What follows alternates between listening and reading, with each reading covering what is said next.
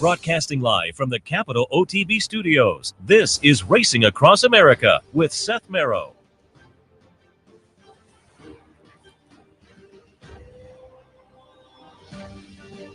Good morning and welcome to Racing Across America on this Sunday morning. I am Seth Merrow. As usual on a Racing Across America on a Sunday morning, we'll take a look at some of the really nice stakes action from yesterday, which will have plenty of Breeders' Cup implications. We'll talk about that as we move along a little bit later on. Regular Sunday morning visit from our friend Tony Calo. We'll do a little preview of some of tomorrow's action at the Fingerlakes after having our live visit out there on Wednesday. That was a lot of fun. And again, thanks to all the folks at Fingerlakes for their hospitality. And speaking of which, yesterday we were on the road as well. 5 Furlongs Tavern down in East Durham. If you didn't watch during the afternoon, I touted it quite a bit. Really nice location. A nice short drive kind of southwest of Albany. Got to go through a lot of countryside. So I said over the next couple of weeks, if you want to do some fall foliage viewing, maybe think a Saturday or Sunday over the next couple of weeks and go down, and you can do that and stop by the 5 Furlongs Tavern and grab a little lunch and play the horses as well down there. It's our newest Capital OTB Easy Bet. So thanks to the folks down at 5 Furlongs Tavern yesterday for their hospitality as well. But while we were down there, we were watching some of the really nice stakes action. And we'll take a look at some of it from Belmont, Keeneland, and Santa Anita. We talked a lot about it yesterday on the show, and we'll do in recap some conversation as well. Unfortunately, since at least Saratoga, I have to admit, I don't remember if it was as prominent in the spring, early summer, but certainly at Saratoga, we're all aware, New York racing and weather have had a real battle for the last few months, and it has continued the last couple of weeks with that crazy rain they had down in the New York area last week. The Joe Hirsch got moved to this week, and then it wound up rain yesterday. Now, luckily, they managed to get a couple of the turf races run on the turf, including the Joe Hirsch Turf Classic.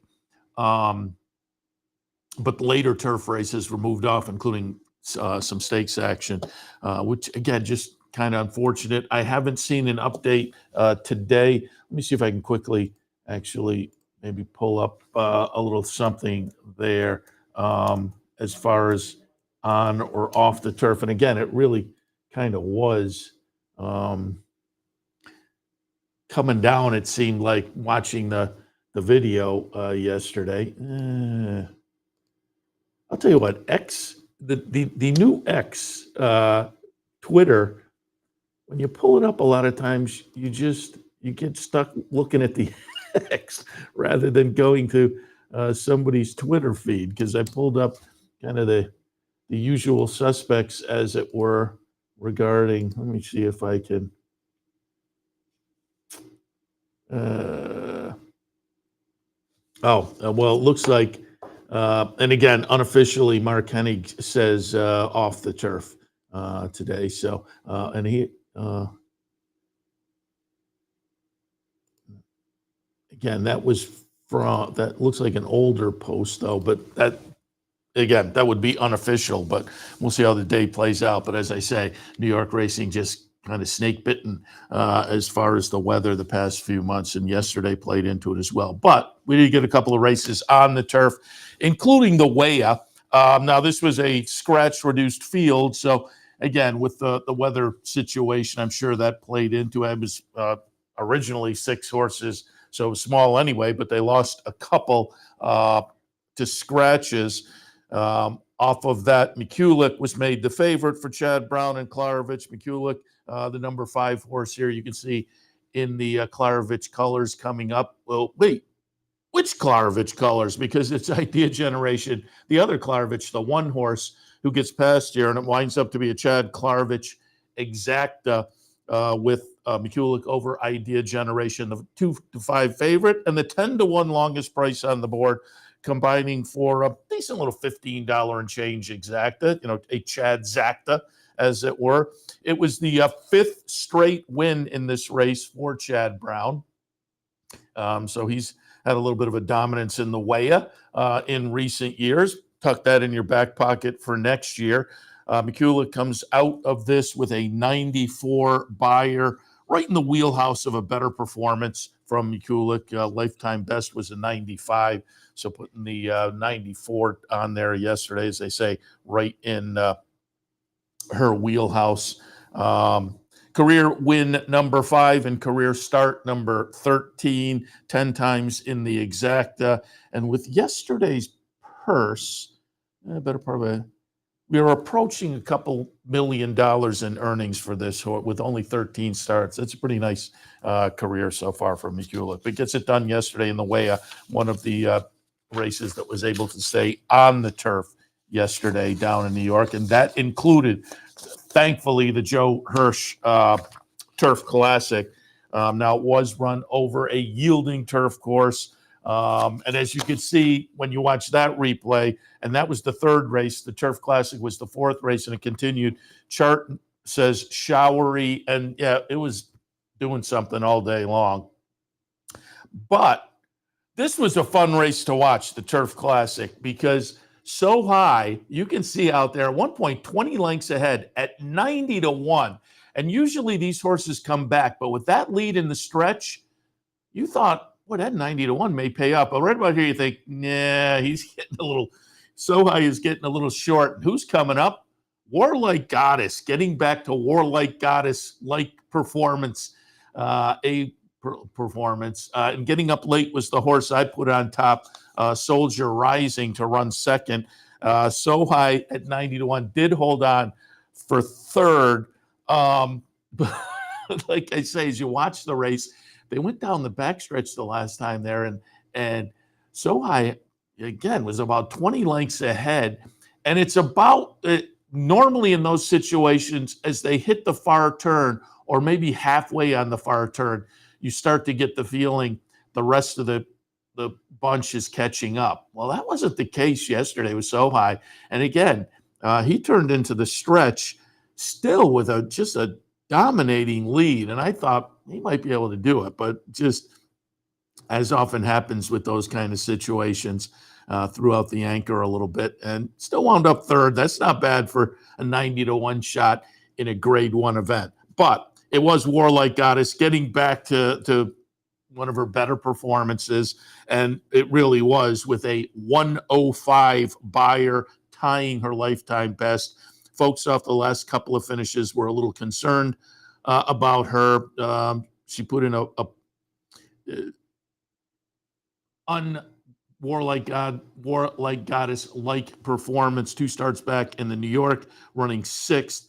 And then in the Glens Falls up at Saratoga, ran second behind McCulloch, and a close-up second, but she was the 1-2 favorite that day, so that was a little bit of a disappointment as well. But yesterday, she faces the boys in the Joe Hirsch turf and wins off by over 4 lengths, a 105 buyer. Mott came out in 21st Century Racing. Bill Mott said, we lost a week, so now we're a little close to the Breeders' Cup, so we'll have to decide. They're 4 weeks out. And he did say there's still 4 weeks. So, but he said if they do go to the Breeders' Cup with Warlike Goddess, it would be versus the boys in the turf. So that'll be the game plan for Warlike Goddess going forward. But she looked phenomenal again yesterday. And it was great to see her, get back into form like that. As I say, I like Soldier Rising, the Christophe Clement runner, coming out of a nice second last time in the Sword Dancer, and it was a good late run to get up to run second. Was not challenging the winner at all, but did get by that early pace setter. Favorite was Rebels Romance, the Charlie Appleby runner, European-based runner who had the quirky legs went out from under him in the Bowling Green, lost his rider up at Saratoga as a chalky favorite up there. Now comes back and could do no better than fourth at just about 1-2 on the board. So it's taken a lot of action, but as I say, runs fourth in there. Understandable, A, that the horse was taking a lot of action. B, it's Charlie Appleby. C, I have said up until a few weeks ago in that Woodbine Mile, the Appleby horses weren't quite as potent this year as they had been in the recent previous years.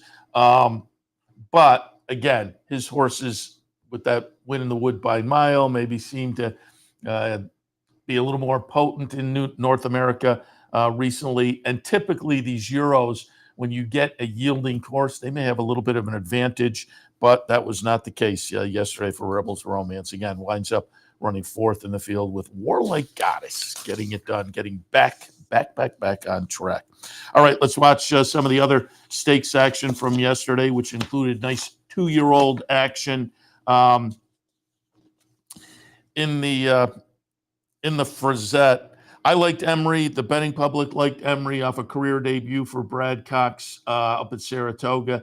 That was pretty impressive. Emery, however, goes off even money and winds up fourth in here. Just FYI for Belmont, also coming off a debut maiden victory up at Saratoga.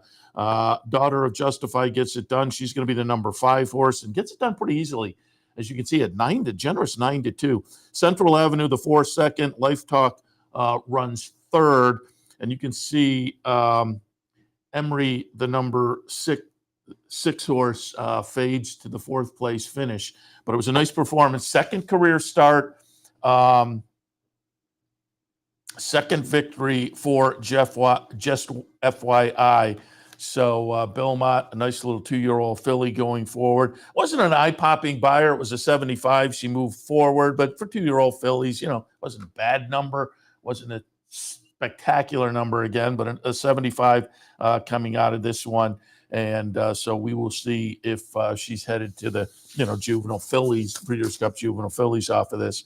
But again, regardless of yes or no to that question, nice little 2-year-old filly, and you would think interesting little 2-year-old, little 3-year-old filly once we turn the calendar page to January for Belmont and owner Krikorian, who combined for a nice day yesterday because, again, it was George Krikorian, owner of Just FYI, Belmont Trains, same team that had Warlike Goddess. So that was a pretty good day for them, back-to-back grade 1s down in New York. Belmont Turf Sprint, I don't want to necessarily spend a whole lot of time on this because it was, by this time, the rain had unfortunately fallen enough that this race was moved off the turf. So, again, things fell apart just a little bit. The field held together, but I think part of that was the announcement was made rather late. This race was still on the turf until fairly close to the time things had, decisions really had to be made, and then they moved it off. So again, field held up to a field of 9, and I scratched into Wit, the number 10, not scratched into. With the move to the dirt, I had Wit on top. The number 10, Thin White Duke, the 9 was my top pick on the turf and makes a nice run here. But another horse I used with the move to the dirt was the number 7, Today's Flavor. Betting public with the move to dirt, like that one, went off as a 7-5 favorite and gets it done. George Weaver trainee, that most of the resume was on the dirt. So the surface switch was not a big obstacle there. That, again, the betting public picked up on that. They were correct at 7-5, $4 and change for Today's Flavor. Comes out of it with a 93 buyer. And George Weaver, this is a horse that was coming off a turf win just, a week or so ago, a couple of weeks ago, in the turf debut. And George Weaver said, I think this horse has potentially a nice little turf future. But he said, this is a New York bred, nice win in open company yesterday with, again, a 93 buyer. But Weaver said they'd look at the $150,000 Hudson coming up on New York Showcase Day at the end of this month, October 29th. He said that was probably the likely start. And this is when I say it all the time. You have a nice New York bred. They can go New York bred or open company. You have all kinds of options. You're in fabulous shape. But if you have one that could go turf or dirt, they're completely rocking there. So we'll see what's ahead for Today's Flavor. Who, again, this was boy, 50% now in the winner circle. Career start number 14, career win number 7 for today's flavor. So again, nice little New York bread for George Weaver and company. Also on the card yesterday, we had the champagne for the 2-year-old boys. And I liked in here Fierceness, who looked so good in the debut up at Saratoga. Rod Ortiz, after the race, said off to a bad start. We were kind of in a jam then, and he moved Fierceness up. And it looked like, despite the bad start, this horse just might be something special because he was kind of passing horses out of the backstretch and into the turn. But then you could see about halfway on the turn, that momentum kind of stopped, and you got the feeling, all right, this is not going to be the day for Fierceness. And Rod Ortiz, after the race, kind of said that. We just got off to a bad start. We were in a jam after that. But, and I had Fierceness on top. Fierceness did go off as the favorite. But Timberlake, I had that one right underneath. And this one was cross-entered for Brad Cox down at Keeneland in their 2-year-old stakes race, and was training at Churchill. So that they elected to come here, I had to tell you a little bit of something. Timberlake came out of a nice maiden breaker at Ellis to run in the Hopeful, ran a good second in there. And Florent Giraud, who was on board Timberlake yesterday, and we'll see the stretch run here. It will be Timberlake getting it done over General Partner, the 4. Number 2, Dancing Groom, runs 3rd. As I say, Fierceness, the number 6, 7th in the field of 8, just kind of fades after that little try of momentum on the turn. But Florent Giraud said the horse was a little bit rank in the Hopeful, and he was better today because they took the blinkers off yesterday for the Champagne. And no blinkers, chart margin there over 4 lengths, second to third over 6 lengths. So there was a pretty good spread, first to second, second to third, third to fourth. Timberlake comes up with 10 points. This was a points race for the Derby. So 10 points for Timberlake, Kentucky Derby points, and a 93 buyer, solid for a 2-year-old this time of year. So pretty good performance for Timberlake. Career start number 4, win number 2, puts a grade 1 on the resume, already grade 1 placed in the Hopeful. So a promising 2-year-old for Brad Cox and company going forward. Also on the card, and again, by the time we had reached this point in the day, they had moved things off the turf. It is the Jockey Club Derby Invitational, scratches down to a field of 5, and we're going to see Lost Ark get it done, the number 8 horse, Todd Pletcher trainee, who went off as the second choice, but had plenty of dirt on the resume. The favorite was Classic Catch, who also was going out for Pletcher with plenty of dirt on the resume. That one was the slight favorite, but it's Pletcher here with, again, a couple of horses that had dirt for him, so the surface switch didn't really knock them out of the picture. The winner, Lost Ark, lightly raced 3-year-old. This was only the 8th start of the career, the 4th win. This is a sibling to the very talented Nest. Lives up to that yesterday and gets a 90 buyer. So again, got switched to the main track yesterday. And, it not quite like the Belmont Turf Sprint, not quite as exciting, but like the Turf Sprint, the winner has an interesting future with some possibilities, and as does this one, who again had more dirt on the resume anyway. So we'll see what is ahead for Lost Ark. But it's a nice win yesterday, but again, in a situation that was a little less than compelling with the switch in surface. All right, let's switch our surface completely from New York to Kentucky. Take a look at some of the Keeneland action yesterday. We'll take a look first at the Woodford. They had much nicer weather. You were watching them, and it looked like a nice fall afternoon out there. The Woodford, I like Beer Can Man, the number 11. That one will wind up 3rd at 6-1. Living the Dream. Ellis Starr and I talked about this race yesterday. He liked Living the Dream, the Euro import coming out of the win in the Nunthorpe. I said yesterday, first, if you're not aware, in European racing, the Nunthorpe is a very good race. And so I went back and forth on this one. And normally Euros on turf, you're always willing to give a little extra look.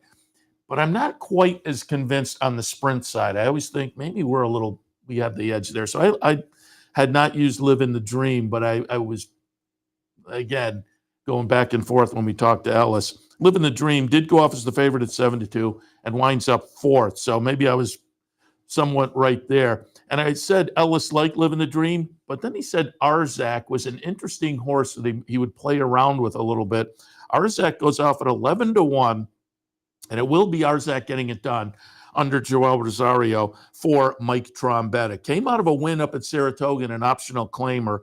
Number 5 horse is Arzak. Arshot, the number 8, runs second. My selection, Beer Can Man, is the number 11, runs third. The Euro from that win in the Nunthorpe runs fourth, is the number 2.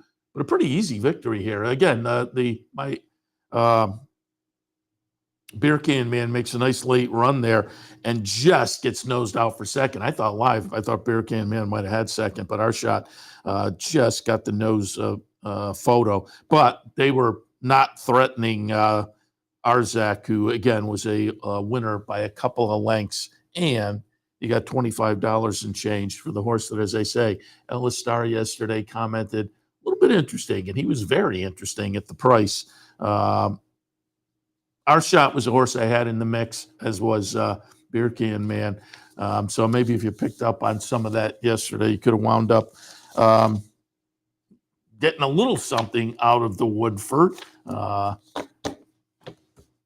regardless of whether or not you like Live in the Dream. And again, nice little performance by Arzak for Mike Trombetta and company in the Woodford. Also on the card yesterday, TCA. Boy, this is going to be a ding-dong battle. This was a win and you're in for the Breeders' Cup Filly and Mare Sprint. Yaguri won the Open Mind down at Churchill in the previous start. Wicked Halo was the beaten chalky favorite that day, running third. I look to kind of switch things up, and I always say you try to get clever and switch things up. Oftentimes, it doesn't work out, and they just go the way, come in the way they did before. But I don't know whether it was quite that easy yesterday. They did come in. Yaguri did get the best of Wicked Halo, but it is going to be a ding-dong battle we're going to see here. Yaguri is going to be the number 6 horse. Wicked Halo is going to be the number 1 horse. Last Leaf, who in my selections I had in between those two, is going to run third. And I thought Last Leaf could be interesting if you were looking for an alternative. And at 12-1, running third was an interesting alternative if you box the horses up in the trifecta. But again, Yaguri will be the winner here in a very, very good stretch run that winds up a chart margin of just a nose over Wicked Halo. 92 buyer figure for Yaguri, which is a lifetime best. And you can see Wicked Halo there. And if you have Wicked Halo like I do, you're kind of down. And I feel like in front there and under the wire, I had the feeling that Yaguri got me. And sure enough, under Flavian Prat did. Tyler Gaffleone was on board Wicked Halo. But nice race, nice ding-dong battle. Yaguri, again, it's a win and you're in. So you would think they would be headed for the Filly and Mare Sprint. Wicked Halo connections, Steve Asmussen with Echo Zulu in the barn. They weren't quite convinced whether they would be headed to the Filly and Mare Sprint. I think it maybe depends on what the game plan will be with Echo Zulu. But these are two very, very nice Filly and Mare sprinters getting right down to the wire. Final time 1:10.44. And again, the buyer, a solid 92. All right, still some more action from the Keeneland Stakes and Anita as well. But we'll take a break and we'll reach out to our friend Tony Calo, do our usual Sunday preview of some action at Fingerlakes for tomorrow. All of that right after this. Stay tuned.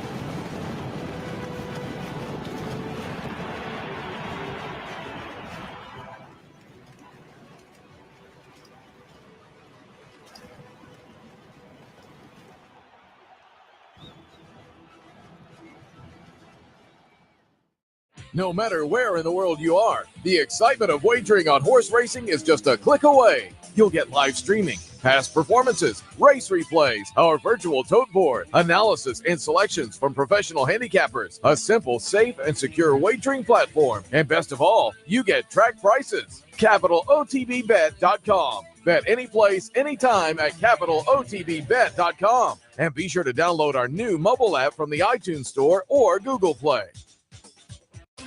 Capital OTB is now streaming live on Roku.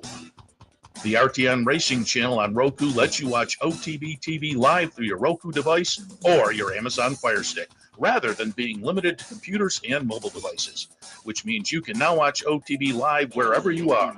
Simply open Roku, scroll to find the RTN channel, then click on OTB TV. OTB TV on Roku.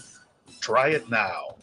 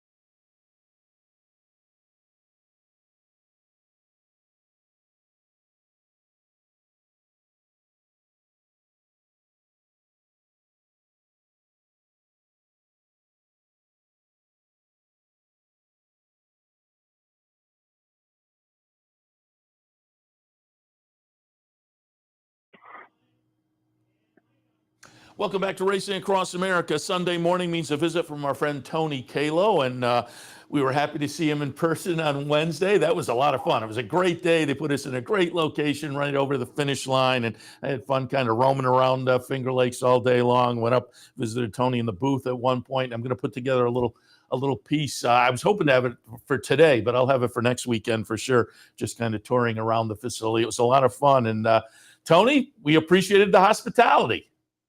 Hey, we were really glad to have you. It seemed like the fans were happy.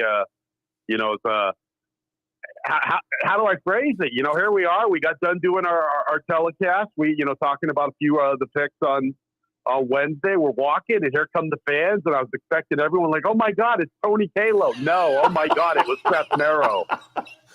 Talk about having to put your head down, just, hey, you know what? I'm here. I am here. It's not like I'm not here, everybody. I was like, wow, at my own racetrack too. Wow. That was kind of the deflator of the day, to be honest. No, I have to say you're exaggerating a little bit because everybody knows Tony Calo up there. But it was kind of interesting that there were a few fans of Capital OTB that did stop by and say hello, which is always a lot of fun. And I'm always amazed. I was in the Tiki Bar at Fort Erie one time, and somebody pointed to me and said, "Hey, OTB TV," and it is often very funny. But we had a great time out there. It was. See, I knew it. Seth Merrow. Seth Merrow, ladies and gentlemen. But it happened to me once upon a time at Bay Meadows. I was hosting. I was actually the co-host of these handicapping seminars on a Sunday with a DRS representative named Chuck Dibdall, who was one of our local newspaper guys.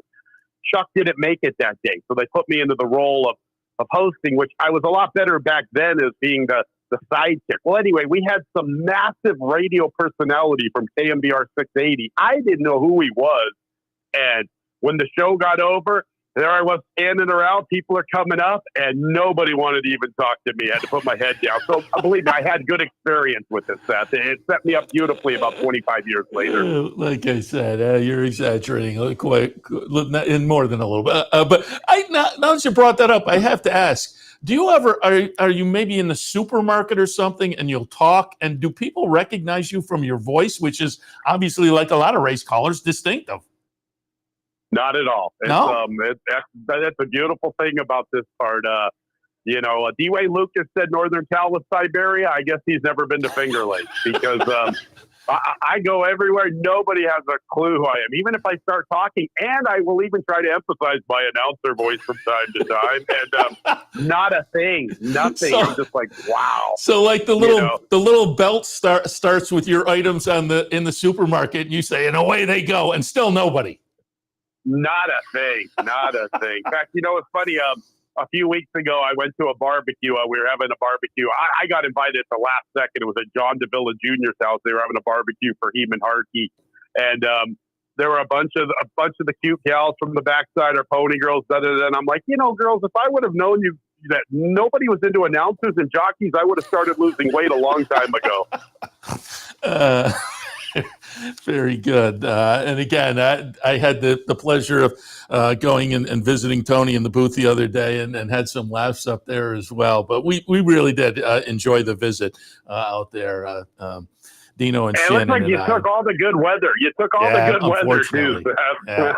Unfortunately, we caught the tail end of that, but it was a gorgeous day it was. Summer-like day. And Shannon Donovan from the marketing department was commenting, and I asked you when we were up there, up in the booth where you have a great view overlooking, but with the tree-lined background, boy, the fall has to be just gorgeous up there. Yeah, it really is. It's Western New York. New York in general, it's a pretty time of the year. We're getting close. Getting close. Yeah, no question about it. All right, let's get some ideas for tomorrow, Monday, and we'll kick things off. Third race on mile, tip of the cat last week as well. You gave out a nice little double-digit winner on the card last week. We'll see if we can do more of the same today. But Fingerlakes third, optional claimer, starter allowance types. They're going to go a quick 5.5. What did you see in the third tomorrow? Well, unfortunately, Seth, it looks like I'm a chalk eating weasel this week. I don't see a lot of prices. Race 3 is one of our starter allowance races, and all eyes should be keyed on the one Fiery Heart. Pretty cool story. Last year, Windy Leaf Farm and John Buckley, Kevin Navarro, they had our Finger Lakes Horse of the Year. His name was Warrior's Revenge. He won like about 8 races. Most of them were in the starter allowance condition. Even though the horse was eligible for New York state-bred allowance types, they kept him with friends, and he dominated, and it earned him a Finger Lakes Horse of the Year. And wouldn't you know, they are doing the same thing this year, although this is with a Kentucky bred, so they had to do it. But his name is Fiery Heart. He's going for his 6th victory tomorrow of the season. He's just been incredible. He's been the best horse on the grounds as far as for the starter allowance. He won the allowance N2L, and they could have taken a shot with the allowance N3L back then, even the allowance N4L. And with our starter allowance purse of $19,000, there's nothing wrong with winning $10,000 or $11,000 each and every start. And this horse has been a monster. I mean, let's really look at his last race. Forward Motion had everything his own way. You see a 23.47, a 47 for the half. How do you make up ground on a horse going 6 furlongs with splits like that? And Fiery Heart was able to. Now, maybe the 5.5 furlongs Forward Motion turns the tables. I don't believe so. I think Fiery Heart's just one of those horses that knows where the wire is And until they beat them, I can't pick against them. Yeah, Windy Lee, the owner, as you mentioned, and I had Kip O'Neill from Windy Lee on with us up in Saratoga this summer. He was fun to talk to and easy to root for, connections that you get to know and see around the track during the season. And so that makes it a fun one to root for as well, not just today, but as you say, maybe moving forward to be named Horse of the Year up there, because certainly it is a very good season. Fourth race this afternoon, bottom level condition claimers. In the fourth, they're going to go 3/4 of a mile. How about race number 4? Nothing bottom level about this race, especially with the with my favorite horse on the grounds, Boldly, fans, the 11-year-old. What a story! Fingerlakes has some salty veterans. We have a 10 or 11-year-old mare named Jesus. She just got away from me. Give me half a dosage of mimosas. My bad. How could I forget dosage of mimosas on a Sunday morning, right? But she has been a runner. We had a horse, an 11-year-old win last week. Special story. He's a freak. And here's the best of them all. This 11-year-old is going for his 23rd career victory, and it's all been done here at Finger Lakes. He's run outside of the racetrack, but not with much success. 11 starts has brought him in 4/3. But here at Finger Lakes, you have to give Paul Barrow a lot of credit, because he has just placed this horse perfectly for the last few years, ever since 2021. He only runs them about 4, 5, 6 times a year. He very seldomly gets beat. He's just a pleasure to watch. He's an absolute beautiful, big, striking 11-year-old gelding by Cosmonaut. Just a great story. And I've said it last year. It might have even been the year before. I go, fans, I'm going to tell you this right now. I am the biggest fan of Boldly, and every time he runs, I will pick him. And even if he's in a stakes race, I will pick Boldly. He's my favorite horse, and how do you beat him? Well, and as you were talking, it said, 22 wins, going for win number 23. I looked up 22 out of 50. So the horse is almost 50, close to 50%. That's incredible. It really is. I always used to have a little barometer. Basically, I would go, if you could go 50%, 1, 2, with primarily most of them being in the win column. That was something I thought was special. But what this horse is doing is just insane. And it's a testimony to Paul. If Paul could have been a little greedy, perhaps, because this horse probably could step up and try starter allowance and do this and that. And Paul just says, you know what, I'm going to run him for 5. He's an 11-year-old. Chances are no one's going to take him. Who would want to be the villain that would take away this horse from Paul Barrow? I know I wouldn't want those. I wouldn't want that pressure. Would you, Seth? Not me. Not me. 11 years old. You're hanging him up there for 5. That is going to play into it. That's a lot of fun, certainly, just to watch that and watch a horse like that. Race number 5 on Monday afternoon. We're moving up into the allowance non-winners, a 3 lifetime condition. They're going to go 8.5 furlongs. What did you see in the 5th? Well, we're back on the Paul Barrow thing. Paul's having a great meet. Both Anthony Farrell and Paul Barrow are trying to do their best to keep this a trainer's race. Probably a tough, tall task with Chris Englehart's numbers. Paul sitting second and Anthony Ferraro sitting third. They're about 6, 7, 8 behind Chris. Like I said, it's a tall task, but it's been pretty cool to see it so far. They stuck around a lot longer than some. I think the last time anybody really threatened Chris, besides his son Jeremiah, was the late great Dan Conway a few years ago. But Doc Advantage is one of my favorites. Chancy Shack is also one of my favorites. I'm really fond of both of these horses, but Doc Advantage is the one. He'll get the target to chase Chancy Shack. He's been running against a lot better. That race 2 back, Starburst is a very nice horse. Michael Stidham brought this horse in off a long, long layoff. Starburst had open allowance races at Fairgrounds and Delaware, and came in and ran a huge race off the shelf. Last time out, Doc Advantage ran a winning race, except he ran into a monster named Leo and Royal, who's in race 6. Leo and Royal looks like a single also. So Doc Advantage, a horse that I think is long overdue to break through and get this allowance N3L. He's been knocking on it for several seasons, 2 seasons in a row now, and I think tomorrow he gets that. He's going to win the 5th. You mentioned Chris Englehart, and it was kind of funny. We had some really nice interviews, including you, obviously, and Dave Mattice came over, Todd Height. Nice.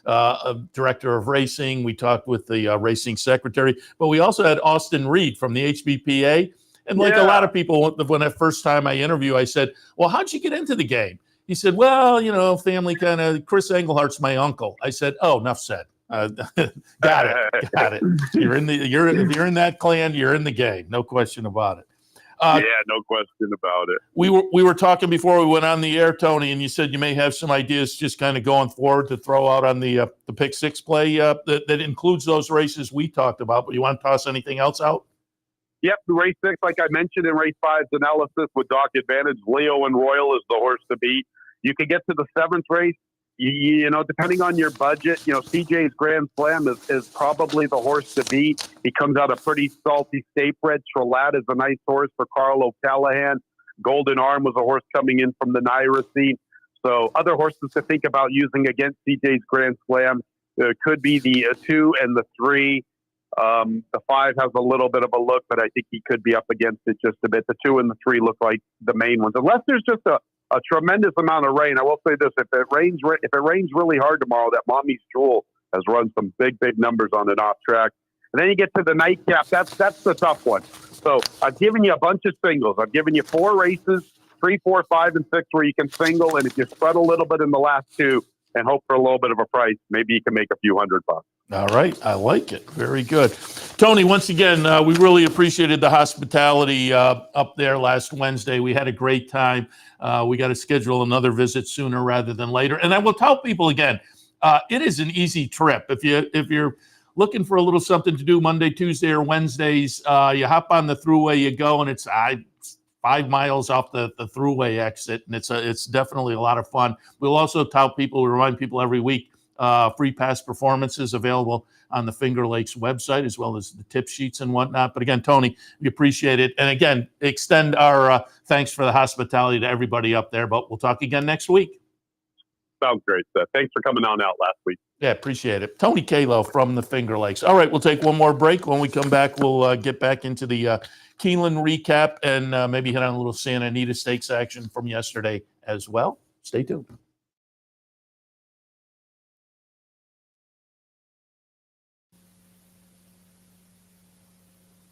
What if there was a way to become a better horse player, to have a better knowledge of the game, to be more successful? What if there were a way to take what you've learned, what you know, and make better decisions, better choices? In horse racing, knowledge is a powerful tool. Race results and replays, past performances and live streaming, wagering from all your digital devices. Capital OTB. Become a better horse player. No matter where in the world you are, the excitement of wagering on horse racing is just a click away. You'll get live streaming, past performances, race replays, our virtual tote board, analysis and selections from professional handicappers, a simple, safe, and secure wagering platform, and best of all, you get track prices. CapitalOTBBet.com. Bet any place, anytime at CapitalOTBBet.com. And be sure to download our new mobile app from the iTunes Store or Google Play. Capital OTB is now streaming live on Roku. The RTN Racing channel on Roku lets you watch OTB TV live through your Roku device or your Amazon Fire Stick, rather than being limited to computers and mobile devices, which means you can now watch OTB live wherever you are. Simply open Roku, scroll to find the RTN channel, then click on OTB TV. OTB TV on Roku. Try it now.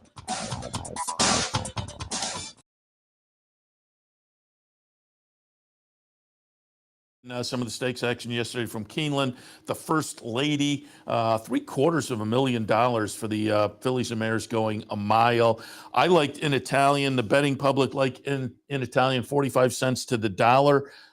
But In Italian upset in the Diana at 35 cents to the dollar by 7-1 White Beam, a Chad Brown runner. So in the Diana, in the last start for both In Italian and White Beam, who were both in yesterday, in the last start, the other Chad Brown gets it done. And yesterday, In Italian goes off again, 45 cents to the dollar. In Italian, the number 3 horse. And the number 1 coming up and will get the victory by a head at 11-1 for Chad Brown and Peter Brandt, same owners of An Italian. The chart margin again is ahead here, but 11-1 becomes quote unquote the other Chad Brown. So you wind up with $25. In Italian, the big favorite, runs second. But again, it was Chad Brown and Peter Brandt running 1-2 in there. So the Chad Zacta get $47 and change. Nice little exacta there for Chad Brown, who was winning this race for the 6th straight time. And I mentioned earlier in New York, he won the Weah with McCulloch for the 5th straight time, wins this race, the First Lady down at Keeneland, for the 6th straight time. And so to have that kind of a record and still come up with a $47 exacta running 1-2 out of your barn, that's pretty good. White Beam, who again won the Diana in the previous start, wound up running 4th. Ebby Jets, who had upset the Ballston Spa at 29-1 at Saratoga, was 3rd. But it was a very good effort from An Italian. Just couldn't hold off the oncoming late rush of the barn mate. Tyler Gaffleone on board for Chad Brown and Peter Brandt, and a solid 105 buyer figure for Gina Romantica, who, again, the powerhouse connections.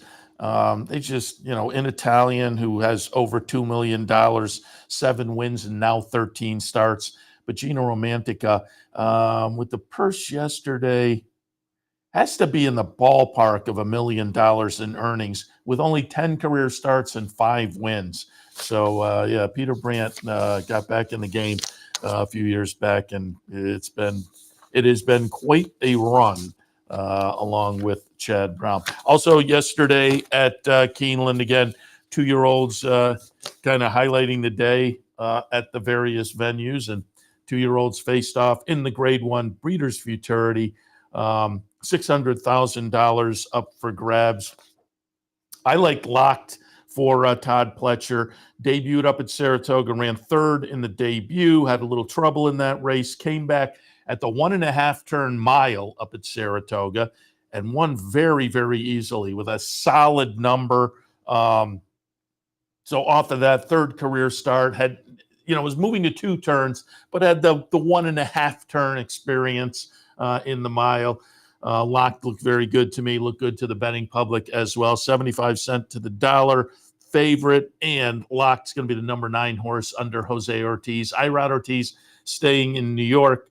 Jose Ortiz on board. Locked had been on board the first couple of starts on that one, and gets it done by half a length.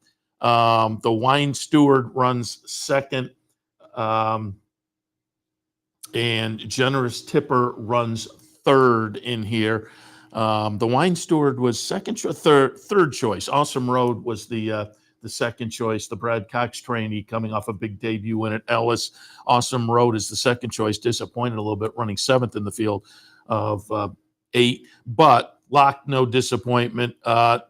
87 buyer. Again, the win, the mile win up at Saratoga was a 96. So regressed a little bit, but an 87 is still a very, very solid number. This was a points race as well, so grab 10 points for the Derby. Points given away in these races, 10 on top, 5, 3, 2, and 1. It's a win and you're in for the Breeders' Cup Juvenile. And you can see going by there late, going by the Wine Steward. Luis Saez on board the Wine Steward.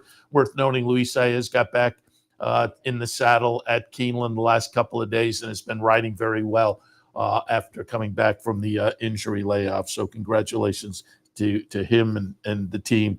Luis Saez 2nd there, though, with the Wine Steward. Looked pretty good. Luis Saez gave a great ride, saved some ground with the Wine Steward, but Locked was just too good. So nice 2-year-old. We'll see how things progress as that one moves forward. It's always a question mark. Good 2-year-olds, do they become good 3-year-olds? But certainly very potent connections to rely on. And finally, on the stake side of things at Keeneland yesterday, it was the Turf Mile. And it was interesting, the follow-up article in the Racing Form to this race, Joe Hirsch said, pitting the best U.S. turfer in up to the mark against a tough English invader in Master of the Seas. Master of the Seas was that horse I alluded to earlier, Charles Appleby horse that came over and won the Woodbine Mile at part of a couple of nice performances from Appleby horses in recent weeks that seem to have tilted towards his horses earlier this year. Didn't seem quite as potent as in previous recent years, but then the last few weeks that seemed to have changed. So Master of the Seas looked like a real and obvious player coming out of that win up at Woodbine. I put that one on top, but I did think up to the mark off the win 2 back in the Turf Classic down at Churchill. The win last time in the Manhattan could be very tough in here, despite the cutback to a mile. And that was the case. Up to the mark for Todd Pletcher, Jose Ortiz on board. And as I noted, Jose Ortiz jumps on board this one with Irod staying in New York. Irod had been the regular rider of this horse, but Jose picks up the mount. Nice pickup. Nice grabbing the substitute to get the nose victory over Master of the Sea. Master of the Sea takes the lead here, and you think in a good spot, but just gets run down by Up to the Mark. Boom, nose victory, and it was up and down on the wire. And as Marcus Hirsch said, best U.S. turfer versus a tough English invader. And a thrilling finish, to quote, unquote, thrilling finish, and he was absolutely right. Todd Pletcher, after the race, noted how unusual it is, and absolutely true. The Napoleon Company runner Up to the Mark has now won consecutive grade ones at 1 1/8, 1 1/4, and a mile. That is quite an accomplishment, no question about it. And Todd Pletcher, boy, a nice weekend, and it's not over yet. He has Nest today down at Keeneland, but first couple of days at Keeneland, Todd Pletcher, 3 grade ones. When Candide won the Alcibiades, Locked won the Breeders' Futurity, and Up to the Mark winning the Turf Mile. So, boy, it was as I say, nice opening weekend down at Keeneland for trainer Todd Pletcher. And again, as I noted, it's not over. He has some opportunities coming up a little bit later on today as well, which we will be covering on OTB Live a little bit later also. All right, let's take a quick look at some of the Santa Anita action, because, again, this has Breeders' Cup potential as well, and it includes the 2-year-olds, and the 2-year-olds are always fun to kind of pay attention to. We had John White on yesterday talking about these races, and I mentioned the Chandelier was a little bit interesting.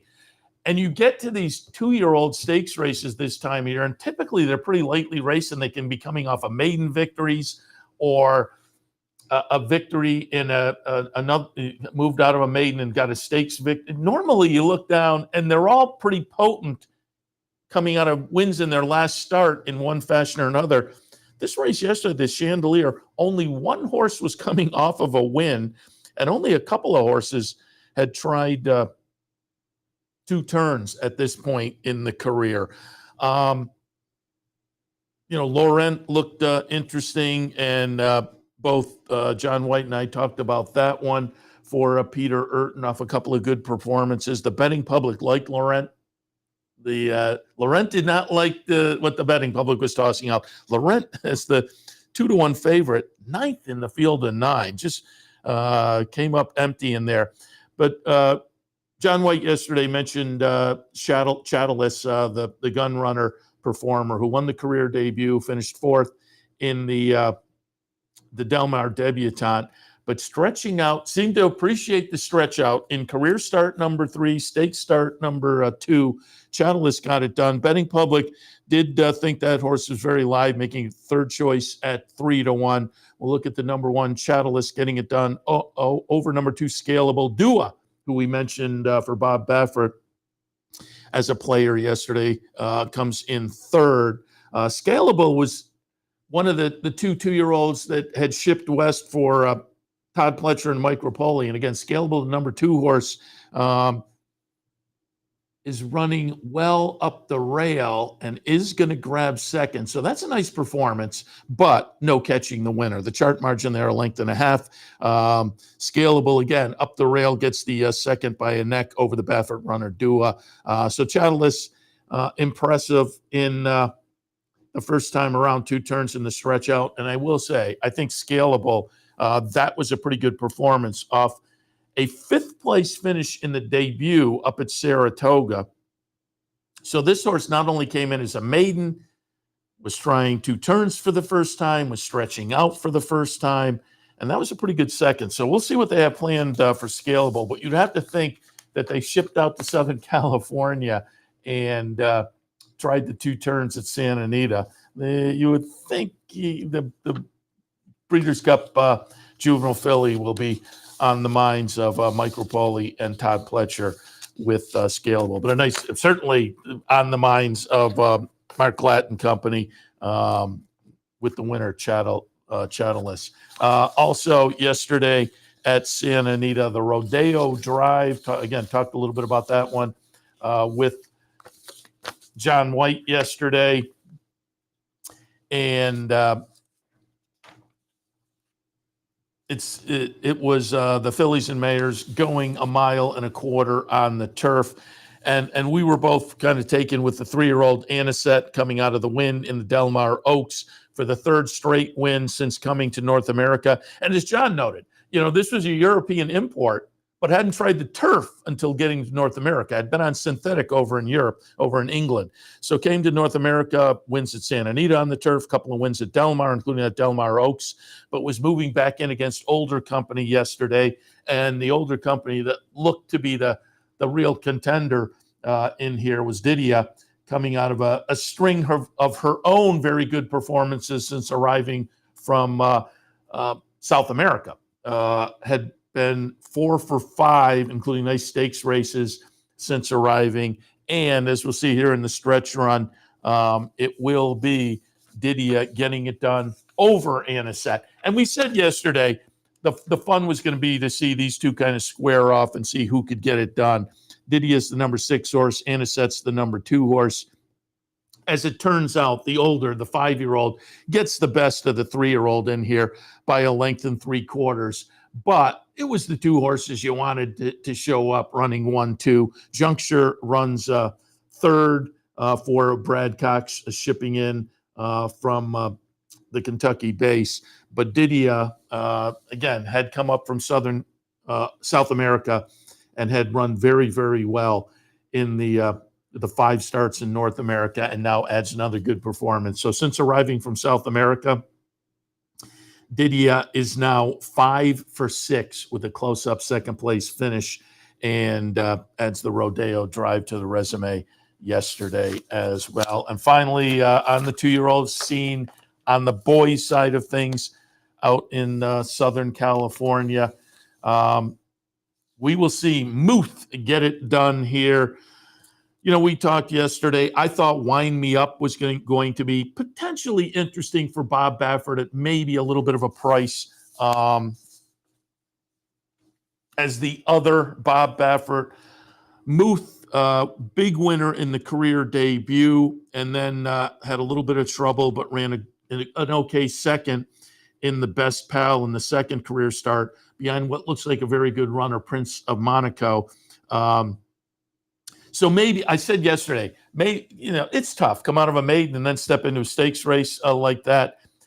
So maybe that second start was better than it might be given credit for, particularly given that Prince of Monaco then ran well subsequently. So Muth may just have further flattered Prince of Monaco yesterday, and Muth may have been flattered in that 2nd place finish last time behind Prince of Monaco, given that Prince of Monaco ran well subsequently.